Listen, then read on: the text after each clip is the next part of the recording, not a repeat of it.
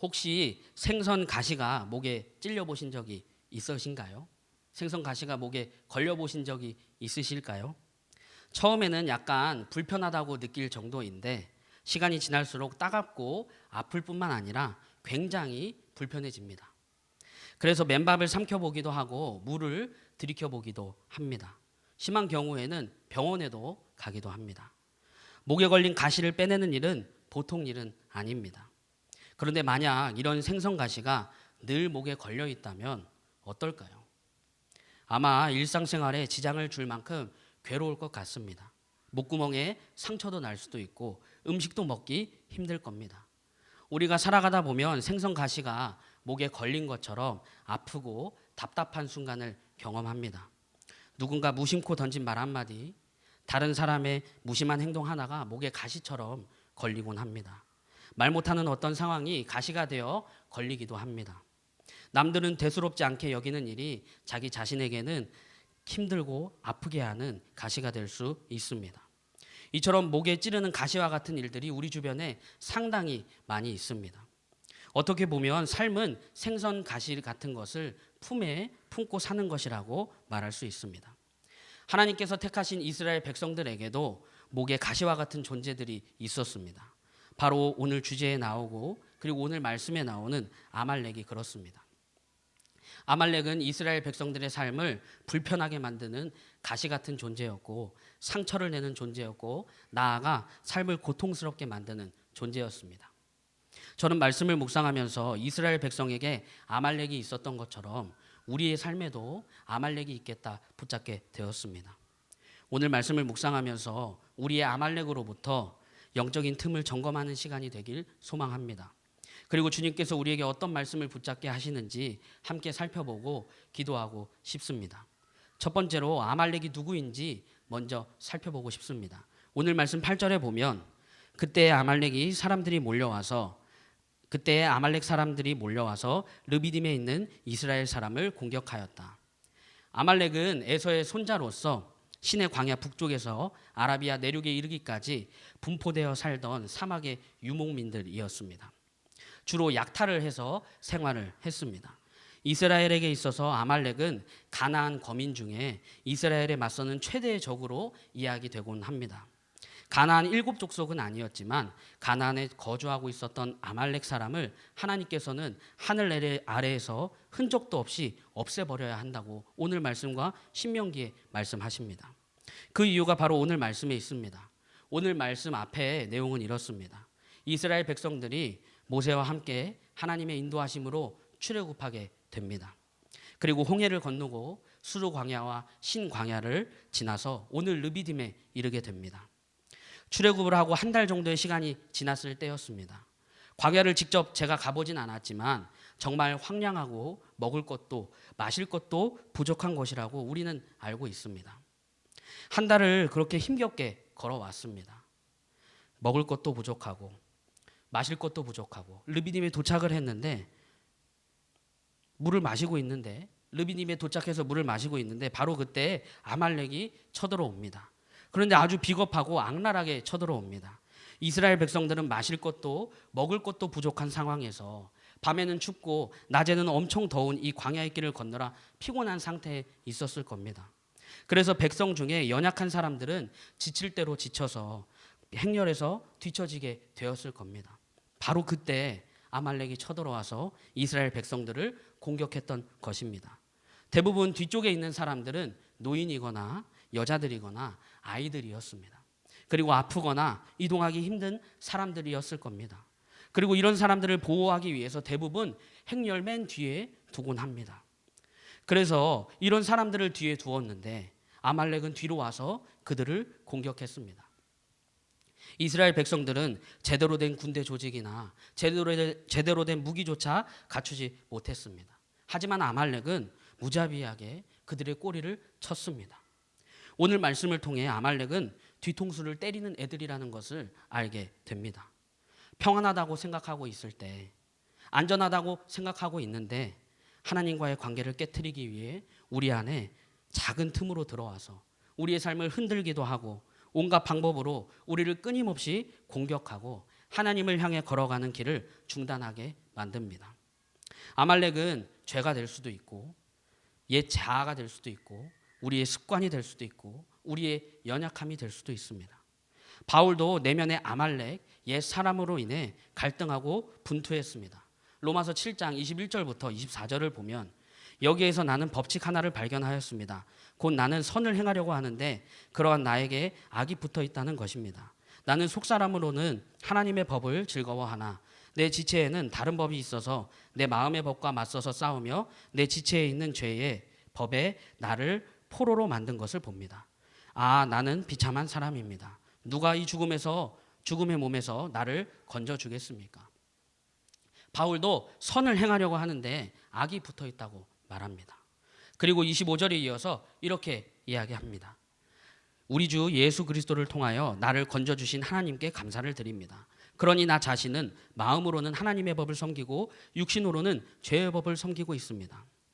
바울의 이 고백이 마치 우리의 모습과 같다는 생각이 듭니다. 우리도 믿음을 지키고 살아가면서 바울과 같은 갈등의 순간을 자주 만나기 때문입니다. 종교개혁자 마틴 루터는 비텐베르크 성에 숨어있는 동안에 라틴어 성경을 독일어로 번역하는 일을 했습니다. 마틴 루터가 성경을 번역하던 방의 벽과 기둥에는 제가 직접 가보진 않았지만 이야기를 듣기로는 아직까지도 잉크 자국이 남아있다고 합니다. 마틴 루터에게는 이 괴로운 운둔 생활 중 차라리 교황과 타협을 하고 좋은 자리를 얻어서 편안하게 사는 게 낫겠다라는 유혹이 마음속에 여러 번 생겼답니다. 그때마다 루터는 사탄아 물러가라 하고 외치면서 잉크병을 벽이나 기둥에 던졌다고 합니다. 은혜를 누리고 있을 때는 하나님 앞에 서는 것이 하나도 어렵지 않습니다. 오히려 하나님 앞에 서기 위해 더욱 힘씁니다. 그래서 기쁘고 즐겁게 그 길을 나아갑니다. 하지만 조금이라도 게을러지거나 교만하게 되면 우리의 안에 아말렉이 슬며시 올라오게 됩니다. 그리고 하나님과의 관계를 어색하게 만들어 놓습니다. 죄를 짓고 나무 뒤에 숨어버린 아담과 하와 마냥 하나님 앞에 서는 것이 부담스러워지고 하나님 앞에 대면하는 것이 어려워집니다. 저는 최근에 저의 아말렉과 마주한 적이 있었습니다. 그 아말렉은 저의 옛 자아이자 저의 습관으로 찾아왔습니다. 제가 대학원을 졸업하게 되었습니다. 그런데 코로나로 인해 졸업식을 하지 못하게 되었습니다. 그래서 학교에서 졸업장을 직접 본인이 수령해서 가져가라고 연락이 왔었습니다. 졸업장을 찾으러 가야 되는데 아이가 생기고 그리고 풀타임이 되니까 월요일밖에 시간이 없었습니다. 그런데 월요일은 이제 또 양가 부모님이나 다른 개인적인 일정들이 있었고 또 서울은 복잡해서 미루었습니다. 그렇게 몇 개월이 흘렀습니다. 그리고 이제 아무 일정도 없던 날 서울 나들이 겸 그리고 대학원 앞에서 셋이 졸업장 들고 사진도 찍을 겸 이제 아내와 딸을 데리고 차를 타고 학교로 가게 되었습니다. 그런데 그날이 하필 한파였습니다. 겨울이 막 시작할 때였어서 엄청나게 추웠습니다. 그런데 대학원 건물은 이 언덕 건물 꼭대기에 있었습니다. 주차를 주차장에 하고 걸어서 올라가야 했습니다. 그런데 차가 대학원 건물까지 올라갈 수 있는 방법이 딱 한 가지 있었는데 바로 정문의 경비 아저씨한테 사정 이야기를 해서 열어달라고 말씀을 드리고 차를 끌고 올라갔다 오는 방법이 있었습니다. 근데 제 생각으로는 종강을 할 때마다 이제 책들이 많이 있고 책들이 또 두껍기 때문에 이제 차를 갖고 가게 돼서 경비 아저씨한테 그렇게 문을 열어달라고 하면 그렇게 좋지 못한 소리를 들었던 기억이 있었습니다. 그래서 그 기억 때문에 어떻게 해야 하지? 어떻게 이야기를 해야 할까? 어떻게 부탁을 드릴까? 이렇게 고민을 했었습니다. 그리고 학교에 도착을 하고 정문 앞에 차를 세우고 경비 아저씨한테 갔습니다. 그리고는 이렇게 말했어요. 아저씨, 대학원 건물에 무거운 물건이 있어서 그것만 차에다 싣고 바로 나올게요. 문 좀 열어주세요. 이렇게 거짓말을 하게 되었습니다. 그리고 정문을 통과해서 대학원에 주차를 하고 이제 졸업장을 받고 아내와 정효랑 사진을 찍고 차에 타고 내려오게 되었습니다. 그래서 다시 닫혀있는 정문을 이제 나간다고 열어달라고 하려는 그때 경비 아저씨가 나오시더니 큰 소리로 외치는 겁니다. 그 아저씨 거짓말 하지 마. 내가 다 보고 있어. 라고 큰 소리로 외쳤습니다. 저는 발가벗은 기분이 들었습니다. 모르는 사람도 아니고 뒤에 아내랑 딸이 타고 있고 지나다니는 사람들도 많이 있었는데 그렇게 저의 옛 자아와 마주하게 되었을 때 정말 부끄럽고 어떻게 할 줄 몰랐었던 기억이 있습니다. 그리고 저의 삶을 돌아보게 되었습니다. 사소한 거짓말을 가볍게 여기는 경우가 제 안에 있다는 것을 알게 되었습니다. 그리고 거짓말이 죄인 것을 알면서도 장난이라는 이유로 거짓말하고 장난이라고 무마하려는 경우가 많이 있다는 것을 알게 되었습니다. 아, 장난인데 뭐 어때? 내가 나라를 망하게 할 만한 거짓말을 하는 것도 아니고 이거 조그만 장난인데 거짓말인데 뭐 어때?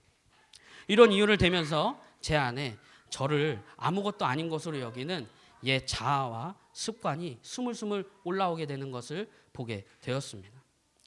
연말이 되고 새해가 되면 새해 계획을 세우게 되죠. 조승희 목사님은 올해 꼭 마음에 쓰는 성경을 끝까지 하겠다고 다짐했습니다. 그런데 우리가 매년 새해를 맞이하다 보면 계획은 계획일 뿐이고 결심은 결심일 뿐이라는 것을 느낍니다. 우리의 결심과 다짐이 한순간에 무너지는 이유는 바로 우리 안에 있는 아말렉이 우리를 흔들고 우리의 결심을 무너뜨리기 때문입니다. 오스왈드 챔버스의 주님은 나의 최고봉이라는 글에 이렇게 나와 있습니다. 성경의 요압은 큰 시험을 이겨냈습니다. 요압은 다윗에게 충성했고 진실했습니다. 그는 압살롬을 따르지 않았습니다. 그런데 요압은 인생의 끝에서 비열한 아도니아를 지지했습니다. 어떤 사람이 잘못된 길로 빠졌다면 누구든지 잘못된 길로 빠질 수 있다는 사실을 항상 기억해야 합니다. 큰 위기를 통과했다면 아주 작은 일에도 깨어 있어야 합니다. 방치한 사소한 유혹들을 신경 써야 합니다. 우리는 이렇게 말하기 쉽습니다. 엄청난 위기는 지났는데 어찌 세상적인 것들에 빠져 있겠는가? 유혹이 어디에서 올 것이라고 예상하지 마십시오. 위험은 전혀 예상치 않는 곳에 있습니다. 커다란 영적인 사건을 치른 후에도 방치된 사소한 유혹들이 드러나기 시작합니다. 눈에 크게 띄지는 않지만 그것들이 항상 그 자리에 있다는 사실을 기억하십시오. 만일 당신이 경계하지 않는다면 그 작은 것들이 당신을 넘어뜨릴 것입니다. 당신은 크고 강한 시련에서는 하나님께 충성해 왔습니다. 이제 그 밑에 압류에 신경 써야 합니다. 두려움으로 미래를 바라보면서 강박관념으로 자신을 샅샅이 살피라는 의지가 아니라 깨어 있으라는 말입니다. 계속 하나님 앞에서 마음을 가다듬고 있으라는 말입니다. 경계하지 않는 장점들은 2배로 약한 약점이 됩니다. 왜냐하면 방치된 사소한 유혹들이 경계하지 않는 장점들을 통해 침입해 들어오기 때문입니다. 성경의 인물들은 자신들의 장점 때문에 무너졌지 그들의 약점 때문에 무너진 적이 없습니다. 아말렉은 물론 큰 시험으로 우리를 공격하기도 합니다. 하지만 오늘 말씀의 아말렉은 꼬리를 칩니다. 우리의 연약한 부분을 공격합니다. 우리의 옛 자아가 되어 우리를 무너뜨립니다. 우리의 습관으로 우리가 안전하다고 생각할 때, 우리가 평안하다고 생각할 때 공격합니다. 우리의 아말렉을 조심해야 합니다. 우리의 아말렉을 조심하게 해주십시오. 이렇게 첫 번째로 붙잡고 기도하고 싶습니다. 두 번째로 아말렉은 기도로 이길 수 있다는 것을 붙잡게 되었습니다. 오늘 말씀 9절부터 13절을 보면 모세가 여호수아에게 말하였다. 장정들을 뽑아서 아말렉과 싸우러 나가시오. 내일 내가 하나님의 지팡이를 손에 들고 산 꼭대기에 서 있겠소. 여호수아는 모세가 그에게 말한 대로 아말렉과 싸우러 나가고 모세와 아론과 훌은 언덕 위로 올라갔다. 모세가 그의 팔을 들면 이스라엘이 더욱 우세하고 그가 팔을 내리면 아말렉이 더욱 우세하였다. 모세가 피곤하여 팔을 들고 있을 수 없게 되니 아론과 훌이 돌을 가져와서 모세를 앉게 하고 그들이 각각 그 양쪽에 서서 그의 팔을 붙들어 올렸다. 해가 질 때까지 그가 팔을 내리지 않았다. 이렇게 해서 여호수아는 아말렉과 그 백성을 칼로 무찔렀다. 오늘 말씀에서 이 부분은 참 유명한 이야기입니다. 모세가 팔을 들면 이스라엘 백성들이 이기고 피곤해서 팔을 내리면 아말렉이 이기고 오늘 말씀에서 모세는 여호수아에게 아말렉과 싸우러 나가라고 이야기하고 자신은 기도하겠다고 이야기합니다. 나는 저 높은 곳에서 기도할 테니까 너는 피땀 흘려서 아말렉하고 싸우라. 이렇게 비겁하면서 우러나온 말이 아닙니다.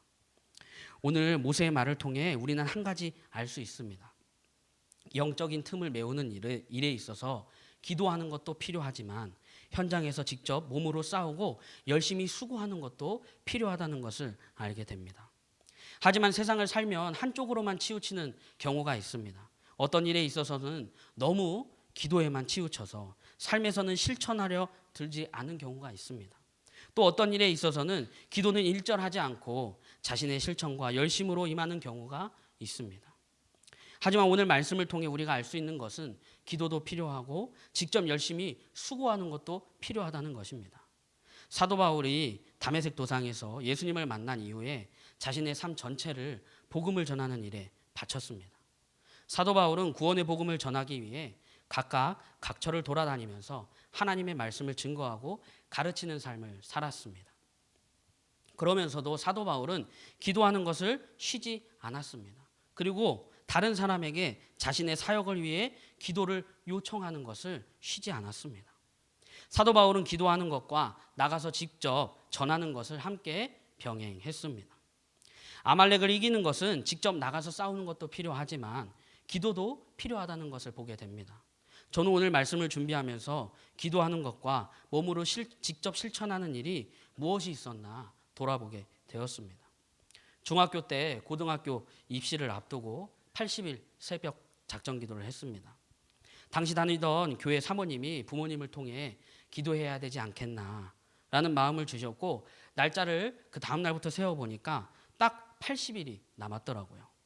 그래서 엄마와 둘이 열심히 새벽 기도에 나가기 시작했습니다. 가서 잤습니다. 기도하고 졸고 찬양하다가 졸고 말씀 듣다가 졸고 그래도 매일 나갔습니다. 이렇게 열심히 새벽 기도도 하고 낮부터 밤까지는 열심히 실기 준비를 했습니다. 연습도 하고 화성학 문제도 풀고 작곡도 하고 시창청음 연습도 하고 그렇게 열심히 준비했습니다. 그리고 실기 1등으로 붙게 되었습니다. 새벽 작정 기도를 해서 그렇게 된 것이다. 열심히 준비해서 이렇게 된 것이다. 이런 이야기를 하는 것이 아닙니다. 저는 그때 새벽 기도에 나갔던 그때를 아직도 기억합니다. 엄마와 둘이 눈이 오나 비가 오나 태풍이 오나 같이 걸어서 길이 미끄러운 날에도 함께 날마다 나아갔던 기억이 있습니다. 그리고 그때 졸면서 기도했던 그때가 마음에 깊게 남아 있습니다. 사실 몇 번 나누긴 했지만 고등학교에 들어갈 성적은 되지 않았었습니다. 그래서 제 안에 두려움이 있었습니다. 열심히 준비하고 밖으로 티는 내지 않았지만 저의 약한 부분을 공격하는 아말렉을 보았습니다. 떨어지면 어떡하지? 이런 두려움이 자리 잡고 있었습니다. 그런데 기도의 자리로 나아갈 때마다 시험 디데이가 다가올 때마다 저는 용기가 생겼고 담대함이 생겼고 제 안에 제 틈이 사라지는 것을 경험하게 되었습니다. 그때 연습하고 준비했던 기억보다 기도하러 나갔던 그 자리, 기도의 자리가 깊게 남아 있습니다. 물론 아말렉과 싸우기 위해 기도한 것은 아닙니다. 시험을 붙게 해달라고 기도했습니다.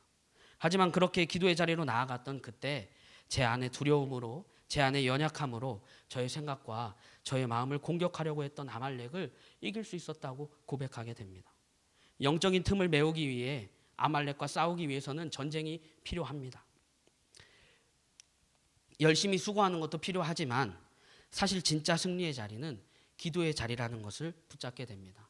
오늘 말씀 11절부터 13절을 다시 보면 모세가 그의 팔을 들면 이스라엘이 더욱 우세하고 그가 팔을 내리면 아말렉이 더욱 우세하였다. 모세가 피곤하여 팔을 들고 있을 수 없게 되니 아론과 훌이 돌을 가져와서 모세를 앉게 하고 그들이 각각 그 양쪽에 서서 그의 팔을 붙들어 올렸다. 해가 질 때까지 그가 팔을 내리지 않았다. 이렇게 해서 여호수아는 아말렉과 그 백성을 칼로 무찔렀다. 저는 기도만이 아말렉을 이길 수 있는 유일한 방법이다. 나가서 싸우는 것은 하지 말자. 이런 이야기를 하고 있는 것은 아닙니다. 직접 나가서 싸우는 것도 분명히 필요합니다. 하지만 진짜 승리의 자리는 기도의 자리라는 것을 보게 됩니다. 모세가 팔을 들면 이스라엘이 이기고 모세가 피곤해서 팔을 내리면 아말렉이 이기고 그래서 아론과 훌이 모세의 팔을 받쳐주고 결국 해가 질 때까지 모세의 팔이 내려가지 않게 되었습니다. 그리고 말씀에 이렇게 해서 여호수아는 아말렉과 그 백성을 칼로 무찔렀습니다. 저는 이 13절의 말씀을 이렇게 읽게 되었습니다. 모세가 기도해서 여호수아는 아말렉과 그 백성을 칼로 무찔렀다. 제1차 세계대전 말기에 영국의 경건한 기독교인이었던 알렌비 대장이 예루살렘을 점령했을 때 일입니다. 알렌비는 영국 정부로부터 팔레스타인을 정복할 것을 명령받았습니다. 당시에 이슬람 교도들인 터키군이 예루살렘을 지키고 있었기 때문에 함락시키는 데 어려움이 많았답니다.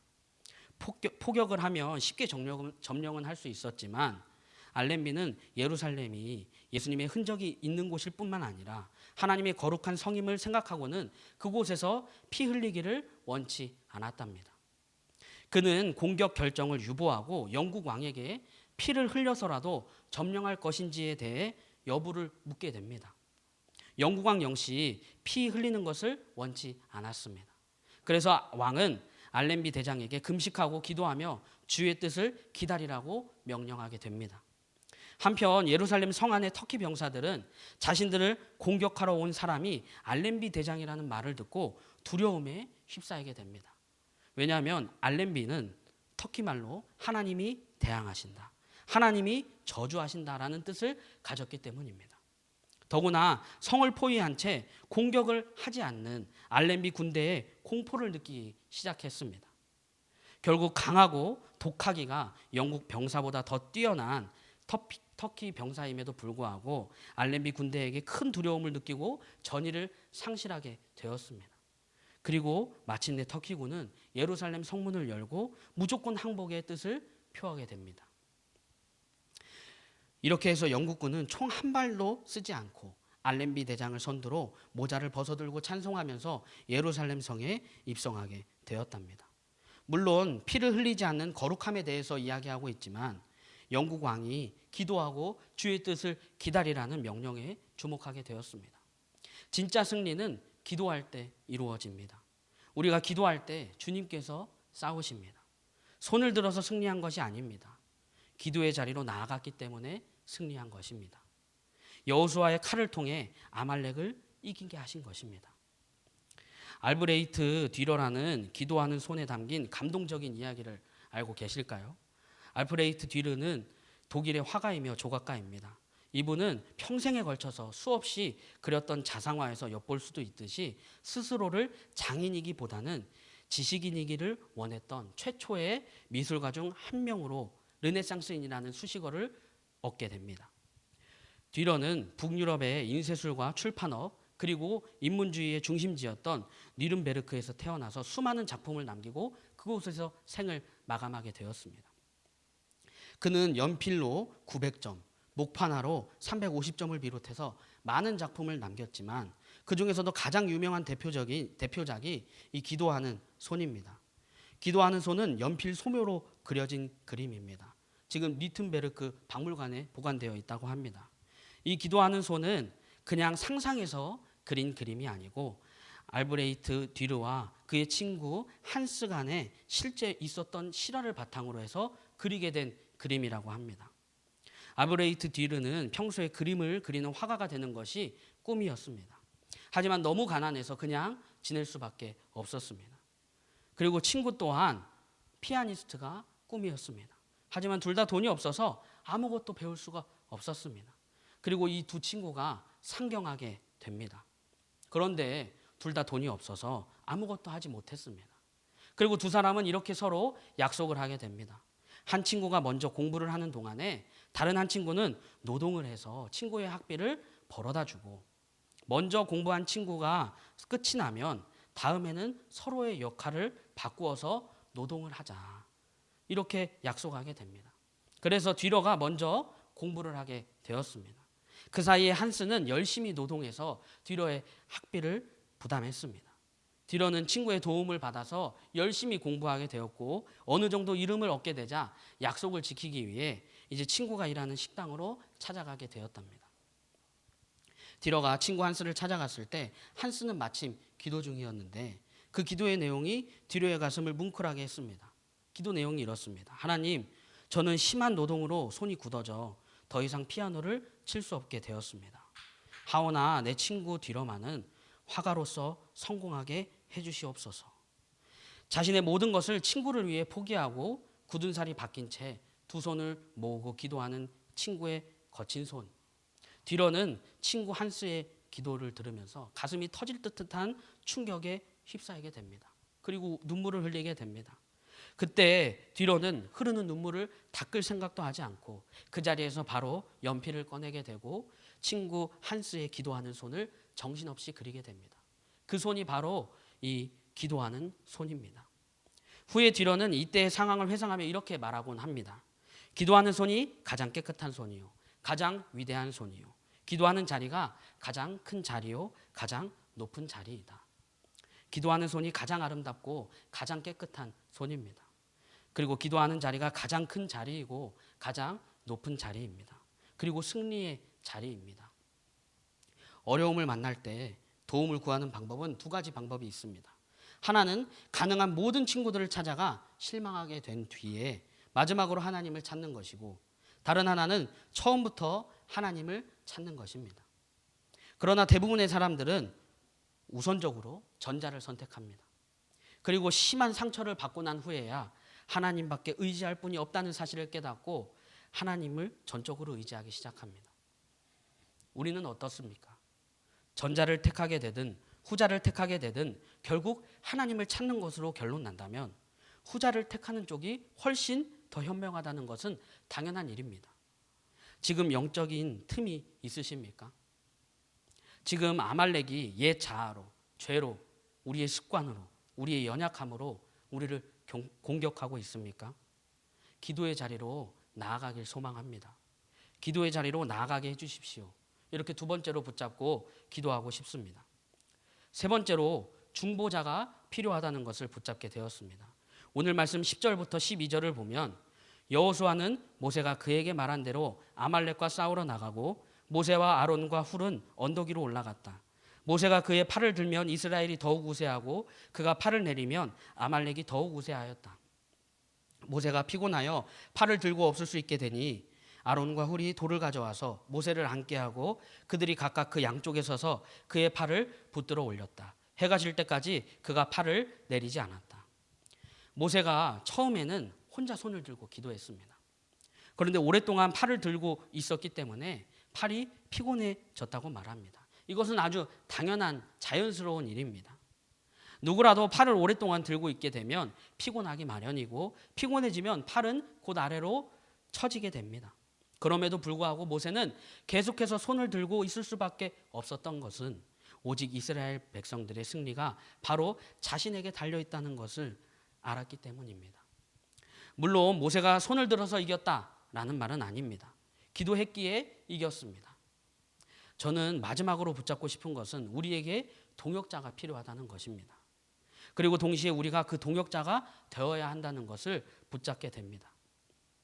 모세의 고통을 눈치챈 아론과 훌은 돌을 가져다가 모세를 앉히고 모세의 두 팔을 잡아 올렸습니다. 그래서 모세는 해가 질 때까지 손을 들고 있을 수 있게 되었습니다. 혼자서는 너무 힘들어서 도저히 감당할 수 없는 일일지라도 함께 서로 힘을 합친다면 그 일을 능히 감당할 수 있게 됩니다. 축구를 많이 좋아하진 않지만 가끔 볼 때 골이 들어가면 어시스트가 누가 했는지도 함께 나오게 됩니다. 골을 넣는 것도 중요하지만 누가 도움을 주었는지도 중요합니다. 기도의 힘이 대단하지만 중보기도의 힘은 더 대단하다는 것을 보게 됩니다. 1862년부터 1863년 이 1년은 미국 역사상 가장 어두운 시기라고 꼽힙니다. 당시 노예 해방과 관련해서 남북 전쟁이 한창이었습니다. 북측 정부는 외부에 강한 대적이 있었고 내부에서는 간첩이 있어서 전쟁할 때마다 패배하게 되었습니다. 이 엄중한 시기에 당시 대통령인 링컨은 모든 국민에게 금식하며 하나님께 기도할 것을 요청했습니다. 그 요청한 것이 1863년 3월 30일이었습니다. 시간이 지나고 5월 9일이 되었을 때 게티즈버그 전투에서 북부군이 크게 패했는데 겉보기에는 하나님이 기도를 듣지 않으시는 것 같았습니다. 당시 남부 군대는 더욱 교만해져서 우리 북부를 완전히 장악합시다. 이렇게 결정을 하게 됩니다. 링컨 대통령이 북부 군대의 패배의 소식을 접했을 때도 링컨은 홀로 방에서 하나님께 기도하고 있었답니다. 링컨은 하나님께 이 전쟁을 승리만 하게 해주신다면 종신토록 하나님께 충성하겠다고 기도하고 또 기도했습니다. 그리고 그는 북부군 총사령관에게 확신 있게 말합니다.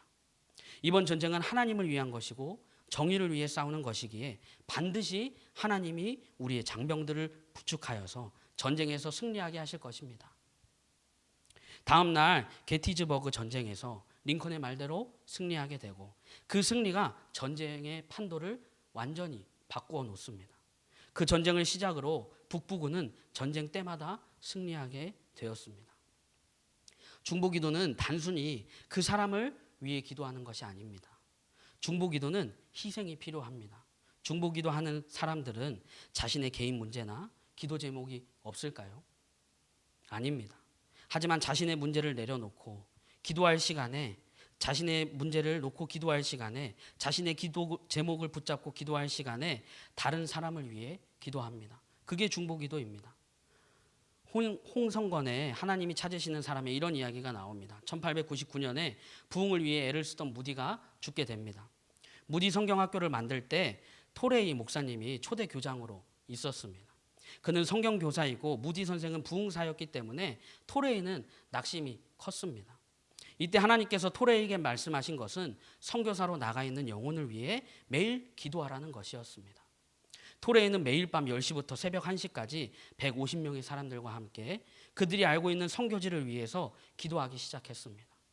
하나님께서는 이와 같은 중보기도자의 기도를 통해서 온 땅에 부흥을 일으키십니다. 예수전도단에서 시작된 중보기도 중에 범교단적인 무슬림을 위한 영라마단 기도운동이 있습니다. 매년 무슬림들은 음력 정월 초하루부터 한 달 동안 금식하면서 기도합니다. 이것을 라마단이라고 합니다. 이때 세계적으로 수백만 명의 사람들이 기독교인들이 이 영라마단 기도운동에 참여하게 됩니다. 영라마단 기간 동안 세네갈의 한 무슬림 여인이 하나님의 놀라운 사랑을 체험하기도 했답니다. 인도의 무슬림족인 데칸족을 위해 기도하던 날에 그 족속 여인이 예수님을 영접하게 되는 일도 일어나게 됩니다.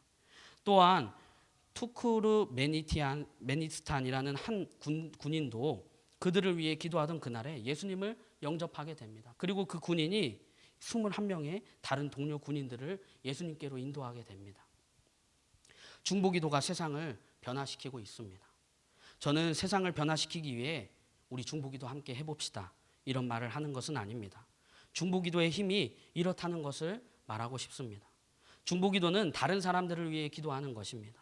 다른 사람들을 위해 희생하는 것입니다. 더 나아가 그 사람들을 지탱해 주는 거라고 붙잡게 됩니다.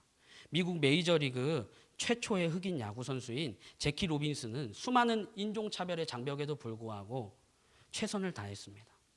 어느 날 로빈슨은 브루클린 구장에서 경기를 하게 되는데 볼을 놓치는 실수를 하게 됩니다. 많은 사람들이, 특히 백인 관중들이 어쩔 줄 몰라 하며 있는 로빈슨에게 야유와 욕을 퍼붓기 시작합니다. 그때 백인 선수인 리즈가 로빈슨에게 다가가서 그를 끌어안고 관중들을 쳐다보게 됩니다. 그러자 갑자기 관중석이 조용해졌습니다. 나중에 로빈슨은 그의 어깨를 감싸준 동료의 팔이 자기의 인생을 구원해 주었다고 고백하게 됩니다. 이 모습은 중보적인 삶이 무엇인지 보여주는 한 장면이겠다 싶습니다. 중보기도란 다른 사람들을 지탱해주고 다른 사람의 어려움을 없애주는 행동입니다. 그것은 마치 구약의 어린 양이 인간의 죄를 대신해서 희생 제물이 되는 것과 아사셀 염소가 백성들의 죄악을 대신 지고 광야에 버림받는 것과 같은 역할입니다.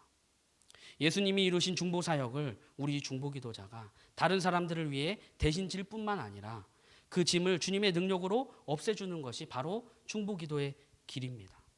우리에게 중보기도자가 필요합니다. 그리고 동시에 우리가 중보기도자가 되어야 합니다. 우리 옆에 있는 우리 교회 공동체, 우리 예수님의 사람들, 우리 이웃들을 위해 기도합시다.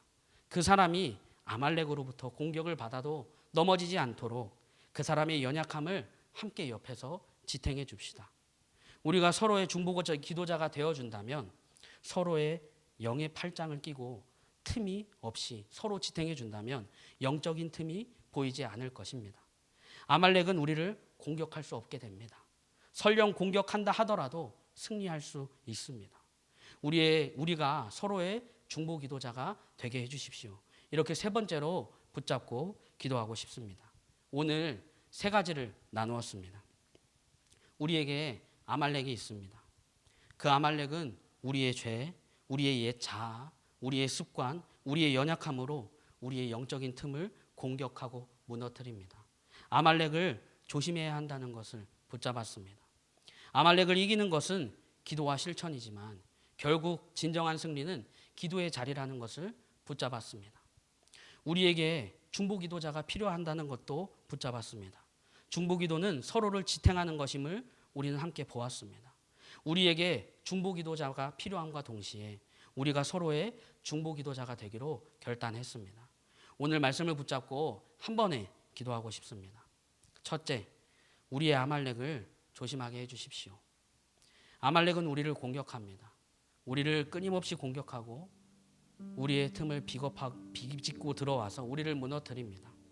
우리가 안전하다고, 우리가 평안하다고 이야기하지만 아말렉은 갑자기 쳐들어와서 우리를 흔들어 놓습니다. 아말렉을 조심하게 해주십시오. 둘째, 기도의 자리로 나아가게 해주십시오. 아말렉을 이기는 것은 전쟁도 필요하고 기도도 필요합니다. 하지만 진정한 승리는 기도의 자리에 있다는 것을 붙잡게 됩니다. 기도의 자리로 나아가게 해주십시오. 마지막 셋째, 서로의 중보기도자가 되게 해주십시오. 모세 옆에는 아론과 훌이 있었습니다. 우리에게는 우리 예수님의 사람들이 있습니다. 우리가 우리 서로의 중보기도자가 되어 함께 기도하기 원합니다. 영적인 틈이 생기지 않도록 서로 지탱하고 서로 기도하기 원합니다. 서로의 중보기도자가 되게 해주십시오. 우리 함께 세 가지 기도 제목을 붙잡고 함께 기도하겠습니다.